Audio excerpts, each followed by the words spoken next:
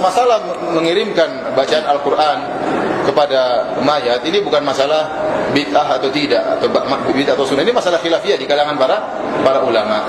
Di kalangan para ulama mengirim pahala baca Quran, ya ini tidak sampai pada derajat bid'ah atau tidak, tapi hanya sampai pada derajat boleh atau tidak sampai pada disifati bid'ah karena khilaf di kalangan para ulama. Namun saya sendiri lebih condong kepada pendapat tidak sampainya, dan ini pendapat yang dipilih oleh Al-Imam Syafi'i rahimahullah, dan beliau telah menyampaikan dalam kitab Al-Um.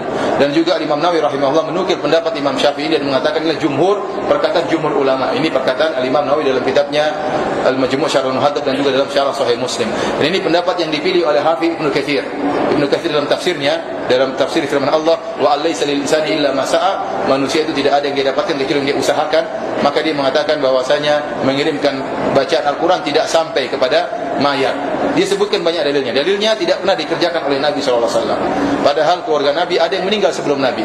Istrinya Khadijah meninggal sebelum Nabi, pamannya Hamzah meninggal sebelum Nabi, para sahabat juga lain banyak meninggal sebelum Nabi, dan Nabi tidak pernah mengirimkan bacaan Al-Fatihah atau bacaan Al-Quran sama sekali kepada para sahabat tersebut.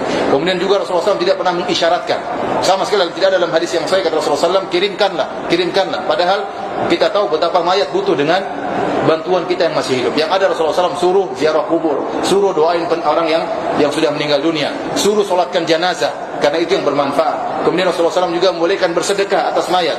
Rasulullah SAW boleh membolehkan umrah bagi orang yang sudah meninggal. Kalau seandainya boleh mengirimkan pahala bacaan Quran, maka pasti Rasulullah SAW pernah menyampaikan sekali-kali itu yang paling mudah untuk dilakukan.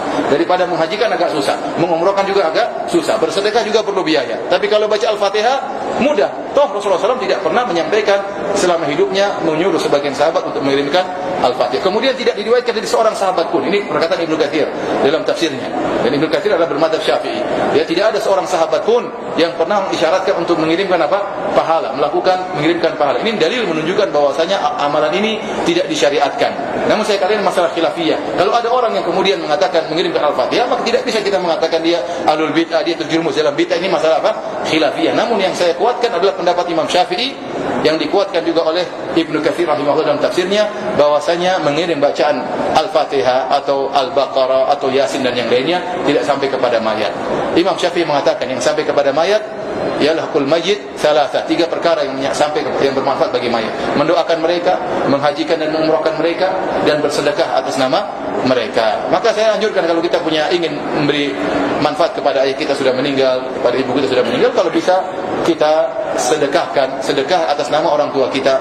Apalagi kalau kita bikin masjid niatnya untuk orang tua kita, atau kita misalnya menyumbang atau membangun pondok atau yang lainnya dengan niat untuk orang tua kita, membagikan makanan kepada orang fakir miskin juga dengan niat untuk orang tua kita, maka sampai dengan ijma ulama.